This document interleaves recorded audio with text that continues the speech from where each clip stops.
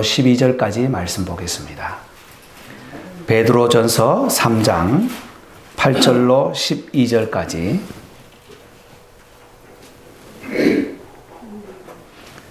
다 같이 한 목소리로 합독하겠습니다.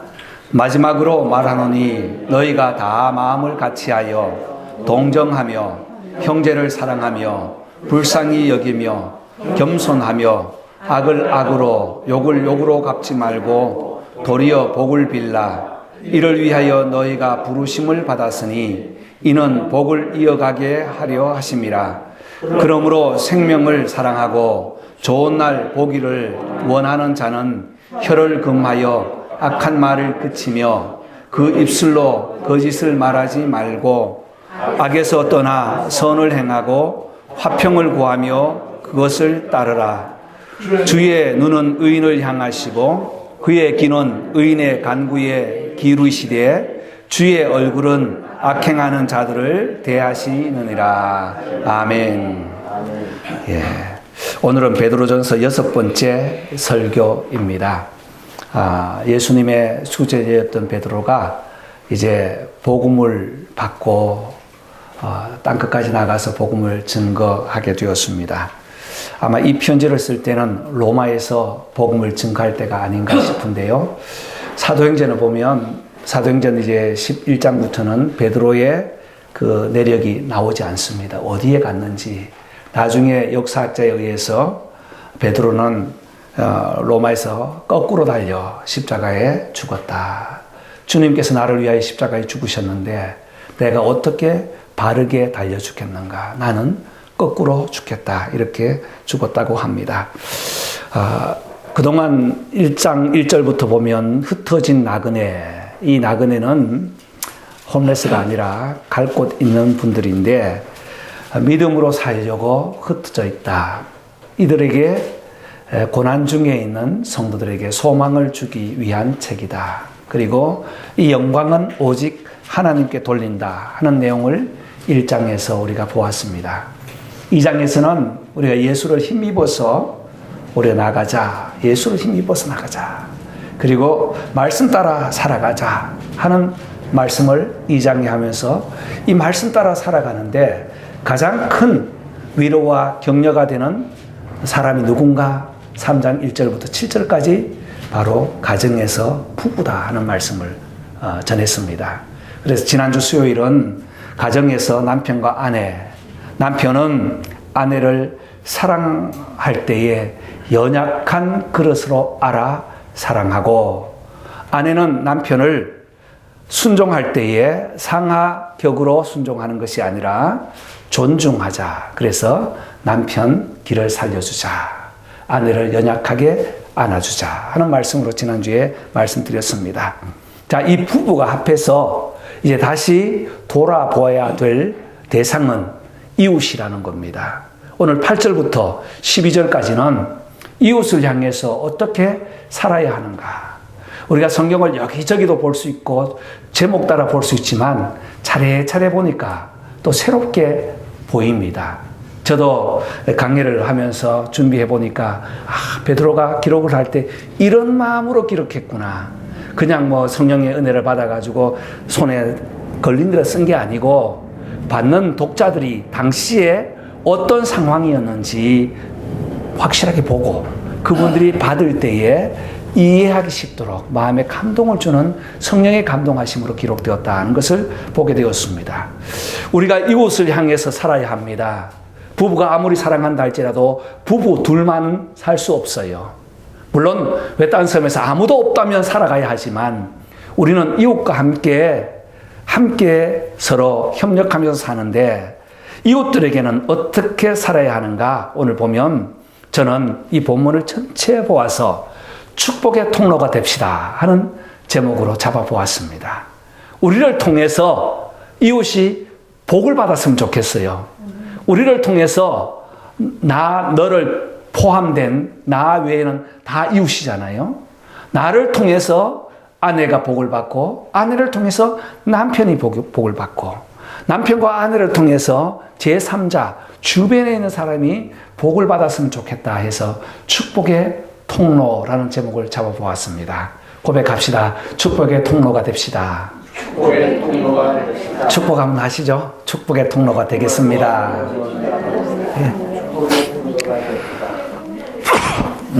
예. 그런데 3장 8절 보면요. 3장 8절을 시작하면서 이렇게 시작해요. 마지막으로 말하노니, 마지막이라는 단어를 썼어요. 첫 번째 축복의 통로가 되기 위해서 어떻게 해야 되는가? 마지막으로 말하노니 너희가 다 마음을 같이하여 축복의 통로가 되라는 거예요.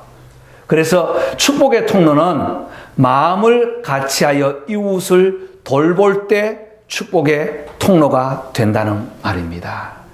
그런데 여기서 마지막으로라는 이 말은 결론이라는 말일까요? 아닙니다.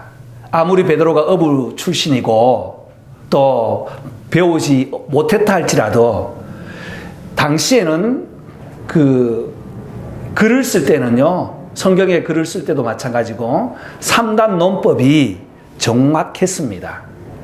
서론, 결론이 있으면 본론을 3대지로 하는 것이 일반적이었어요. 그래서 우리 성도님이 연세가 있기 때문에 저도 거기에 맞춰서 3대지를 많이 하는데 요즘 젊은이들은 원대지를 많이 원해요. 첫째, 둘째, 셋째 하지 말고 한 주제를 가지고 쫙 갔으면 좋겠다 하는 것이 일반적인 젊은이들의 생각들입니다. 그러나 우리는 이 3단 논법이 아주 익숙해 있어서 저도 3단 설교를 하는데 말이죠. 첫 번째는 이웃을 돌볼 때에 다 마음을 같이 해서 돌보면 축복의 통로가 된다고 했어요. 그런데 여기 마지막이라는 말은 무슨 말일까요? 결론일까요? 아니에요. 글을 쓸 때는 서론과 결론은 어떤 한 대지 정도, 첫 번째 정도의 3분의 2 정도를 쓰라고 하죠. 논문을 쓸 때도요. 그런데 아직 4장, 5장이 남아있는데, 뒷장이 남아있는데 벌써 3장에서 결론으로 이렇게 하지는 않았다는 거예요. 그렇다면 마지막이라는 말이 무엇일까요? 강조라는 것입니다. 너희 이웃을 돌볼 때, 너희가 믿음으로 살아갈 때, 고난 중에 너희들이 흩어져 있지만 성령에 힘입어서, 예수를 힘입어서 말씀으로 살아갈 때 부부가 함께 힘을 모아서 다시 한번 강조하는 것은 이웃을 돌아보아라. 어떻게 해요? 마음을 같이하여 이웃을 돌아보라는 것입니다. 그래서 마음을 같이하여라는 것은 그 정도로 어렵기 때문에, 그 정도로 한 마음이 된다는 것이 어렵기 때문에 다시 너희가 다 마음을 같이하여 라고 했습니다. 여러분, 마음을 같이 한다는 것은 쉽지 않아요. 여러분, 자기 자신 마음도 아침 저녁으로 바뀌는데 말이죠. 부부의 마음 다 압니까? 한 마음 됩니까? 안 돼요. 왜냐하면 다른 문화권에서, 다른 배경에서 자라났기 때문에 안 됩니다. 부모와 자식 한 마음이 된다고요? 안 됩니다. 그런데 왜 한 마음, 다 같은 마음을 하라고 했을까요? 그런데 우리의 생각, 우리의 삶의 방식으로는 되지 않지만 예수 안에서 한 마음은 하나의 통일성을 가지라는 것이 아니고 서로 조화를 이루라는 말입니다. 여러분, 하나의 통일성은 공산주의나 가능해요. 힘으로 눌려가지고 같은 유니폼을 입고 같은 마우라를 두르고 서서 막 다 같이 할 때는 한 마음 같아요. 그런데 볼 때는 한 마음 같지만 한 마음이 아니에요. 속으로는 분노하죠. 이 정권 언제 물러가나 분노하죠. 한 마음이 안 돼요. 그러나 예수 안에서 다 한 마음을 갖는 것은 통일성, 단일성을 말하는 것이 아니라 조화, 하모니를 이루라는 거예요. 하모니를 이루기 위해서는 서로 다른 것을 다 같은 마음으로 인정해야 됩니다. 지난주 우리 찬양 연습을 하고 성가대를 했지 않습니까? 앞으로 우리 성가대를 다 돌아가면서 하게 될 텐데요. 성가를 하다 보면 사부가 나오면 사부가 다 달라요. 그죠? 의미 달라요. 그런데 알토, 소프라노, 테너, 베이스 각각 다른 음량이지만 같이 하나가 될 때에 하모니가 되는 것처럼 우리는 다 각각 다른 성품, 성격을 가지고 있지만 예수님의 이름으로 조화를 이룰 때, 하모니를 이룰 때 한마음이 된다는 사실입니다. 그러므로 저와 여러분은 예수 안에서 한마음 되기를 원합니다. 서로의 다름을 인정하시기 바랍니다. 저 사람 왜 저래가 아니라 나와 다르구나라는 것을 인정하면 아무 문제가 없어요. 베드로는 오늘 우리에게 마지막으로 다시 강조하는 것은 너희가 다 예수의 마음으로 서로의 다름을 인정하고 조화를 이루라고 했습니다. 그렇습니다. 바울은 빌립보서 2장 2절에 마음을 같이하여 같은 사랑으로 라고 했어요. 마음 같이 할 수 없어요. 같은 사랑 안 됩니다. 그런데 조화를 이룰 때는 가능하다는 것이죠. 에베소서 4장 13절에는 너희가 다 하나님의 아들을 믿는 것과 아는 일에 하나가 되어라고 했어요. 하나님을 믿는 것과 하나님의 아들을 아는 그 하나님에 대해서, 신앙에 대해서는 서로 조화를 이루라고 합니다. 그렇습니다. 세상에서는 한마음 안 되어도 예수 안에서 가능한 것은 하나님께서 우리를 위하여 독생자를 주셨기 때문이에요. 우리 예수님께서 우리를 위하여 돌아가심으로 우리는 다 다른 개성, 이 개성을 가지고 어떤 사람은 뭐 같은 성질이라고 하더라고요. 각각 다른 성격을 가지고 있어도 예수 안에서 하나가 되는 이유는 예수님께서 우리를 위하여 죽으셨기 때문입니다. 하나님은 독생자를 우리를 위하여 내주셨기 때문이에요. 성령님께서는 우리의 마음에 그분이 나의 구주인 것을 믿도록 날마다 격려하시고 독려하시기 때문에 우리는 하나가 될 수 있습니다. 예수 안에서 하나가 될 때에 어떤 일이 일어나는가? 8절 하반절 말씀에 보면 4가지가 나옵니다. 다 마음을 같이하여, 첫 번째는 무엇하며? 동정하며, 두 번째는 사랑하며, 세 번째는 불쌍히 여기며, 네 번째는 겸손하여 진다고 했습니다. 이것이 바로 한 마음이 되는 재료입니다. 여기에서 동정하며라는 말, 이전 성경에는 체휼하며라고 되어 있어요. 체휼하면이라는 이 말은 동정심을 넘어선 교감이라는 말입니다. 그래서 히브리서 4장 15절에 우리의 대제사장 되신 예수는 체휼하시며 모든 일에 우리를 위하여 시험을 받은 자로 돼 죄는 없다. 이 체휼, 동정이라는 이 말은 바로 체휼이라는 말이에요. 이 동정을 넘어선, 참 불쌍하다 이것을 넘어선 체휼이라는 말은 인간으로서 갖는 이 체휼은요, 어머니밖에 없대요. 어머니가 자식을 사랑하는 그 마음, 그것이 체휼이래요. 그래서 아기가 아파도 남편은 가서 주무셔도 엄마는 잘 수가 없는 거예요.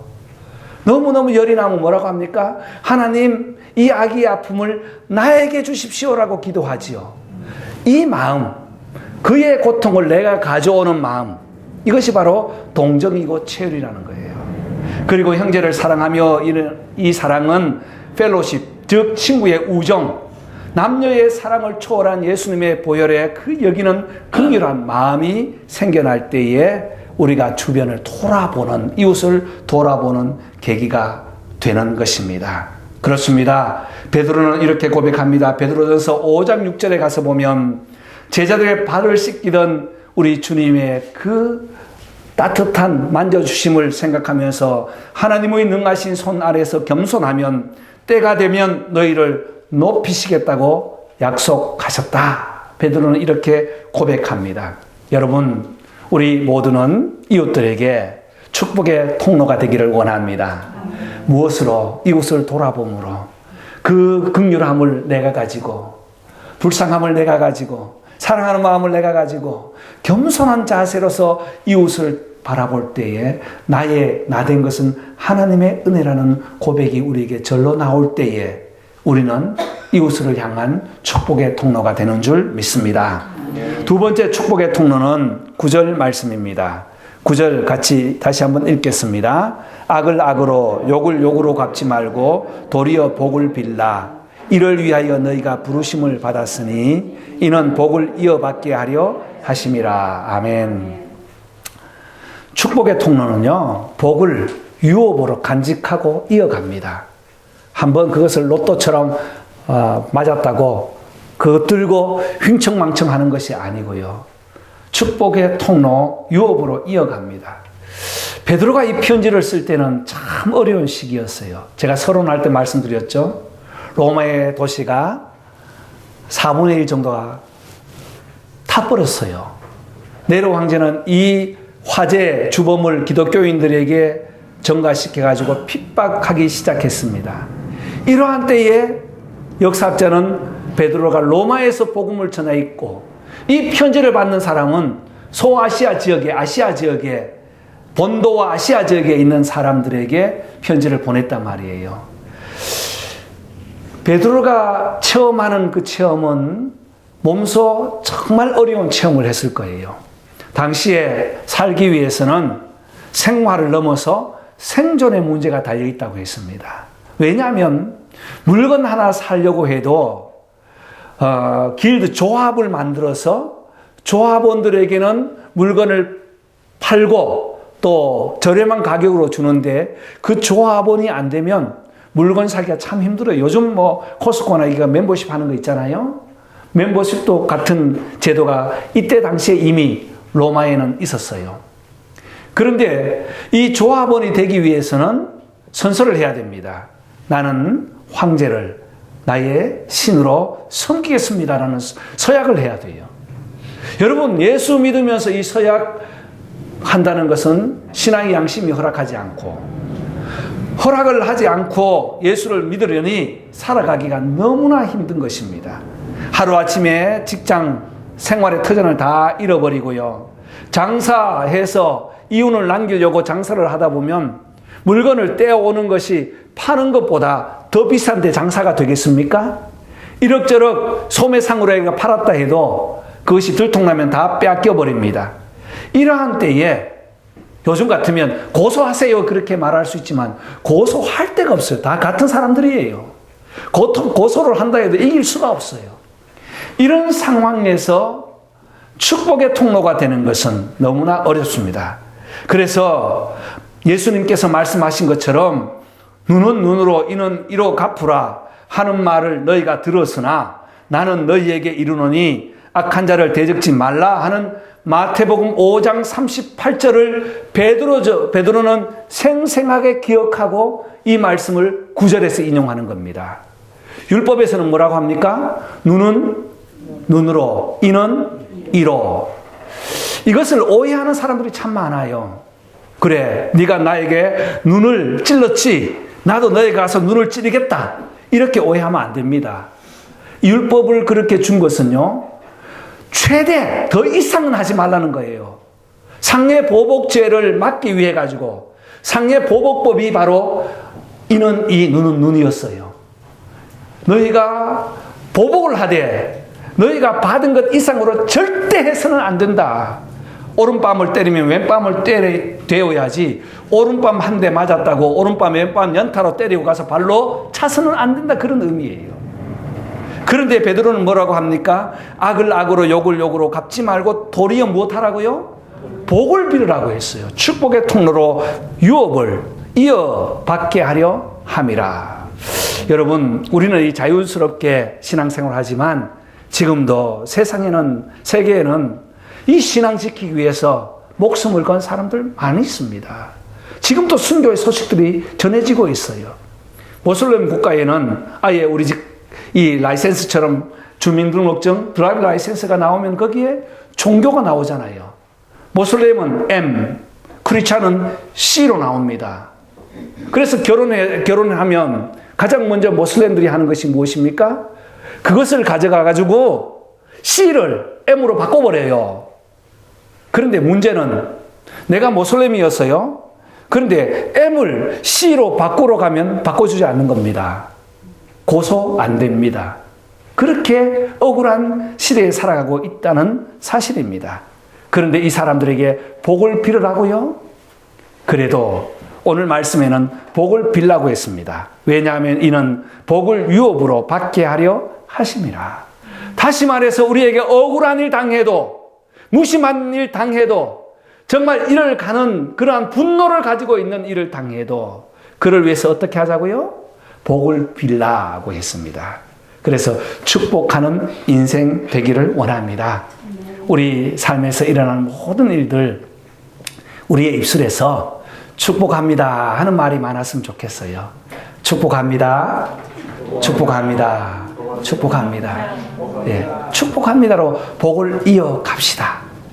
세 번째는 축복의 통로가 되기 위해서는 10절과 12절까지입니다. 우리 10절, 그러므로 생명을 사랑하고 좋은 날 보기를 원하는 자는 혀를 금하고 거짓을 말하지 말고 악에서 떠나 선을 행하고 화평을 구하며 그것을 따르라. 아멘. 세 번째로는 축복을 유업으로 갖는 사람은 화평으로 선을 행하여 축복의 통로가 되라고 우리에게 부탁합니다. 그래서 10절 말씀에 그러므로 라는 연결 접속사를 썼지요. 앞의 내용을 다 종합해서 조금 더 나가서 그러므로 생명 사랑하고 좋은 날 보기를 원하는 자는 쭉쭉쭉 하다가 11절 말씀에 화평을 구하며 그것을 따르라. 축복의 통로는 화평, 즉 피스메이커가 되는 겁니다. 화평을 만드는 사람이 되는 거예요. 베드로는 고난 중에 있는 성도들을 묵상하다가 다윗이 생각났습니다. 그래서 다윗을 생각하면서 글을 계속해서 이어 쓴 것이 바로 12절이에요. 12절을 같이 읽겠습니다. 주의 눈은 의인을 향하시고 그의 귀는 의인의 간구에 기울이시되 주의 얼굴은 악행하는 자들을 대하시느니라. 아멘. 이 내용은 시편 34편 12절로 15절까지 나오는 내용입니다. 시편 34편은요, 다윗이 사울을 피해서 도망해서 저기 블레셋 사람에게 가서 미친 사람처럼 침을 질질 흘린 이야기, 그 사건을 기억하면서 쓴 시가 시편 34편이에요. 그래서 시편 34편을 읽을 때는 그냥 읽어서는 안 돼요. 다윗이 사무엘상 27장에 도망가가지고 블레셋 사람의 그 진영에서 미친 채 했던 그 상황을 연상하면서 읽을 때에 바로 주의 눈은 의인을 향하시고, 기름 부음을 받았는데 10년 동안 피해 다니면서 결국은 자기가 죽였던 골리앗 그 블레셋 사람의 땅에 가서 거기서 미친 사람처럼 침을 질질 흘리고 있었던 그것을 생각하니까 세상으로는, 사람 생각으로는 분노가 올라오겠죠. 그러나 주님께서 보실 때는 그때도 주님이 보셨습니다 라는 고백을 하고 있어요. 여러분, 우리에게 어려움 당합니까? 그때도 주님은 보고 계십니다. 그래서 주의 눈은 누구를 향하시고 의인을 향하시고 그의 귀는 의인의 간구에 기울이시되 주의 얼굴은 악행하는 자를 대한다, 심판하신다는 것입니다. 여러분, 그렇습니다. 고난 중에도 한 마음으로 쭉 갈 때에 이어지는 경로는 생명을 사랑하고 좋은 날이 있다는 사실을 우리가 10절과 11절 말씀에서 기억하면서 화평을 만들어 갑시다. 지금의 어려움은 훗날에 더 좋은 날 주신다고 약속했습니다. 주님이 함께 하신다는 약속입니다. 그래서 주의 눈은 의인을 향하신다는 사실을 기억하면서 우리의 혀 금하여서 악한 말을 어떻게 하고 그치고라고 했어요. 혀를 금하여 악한 말을 그치고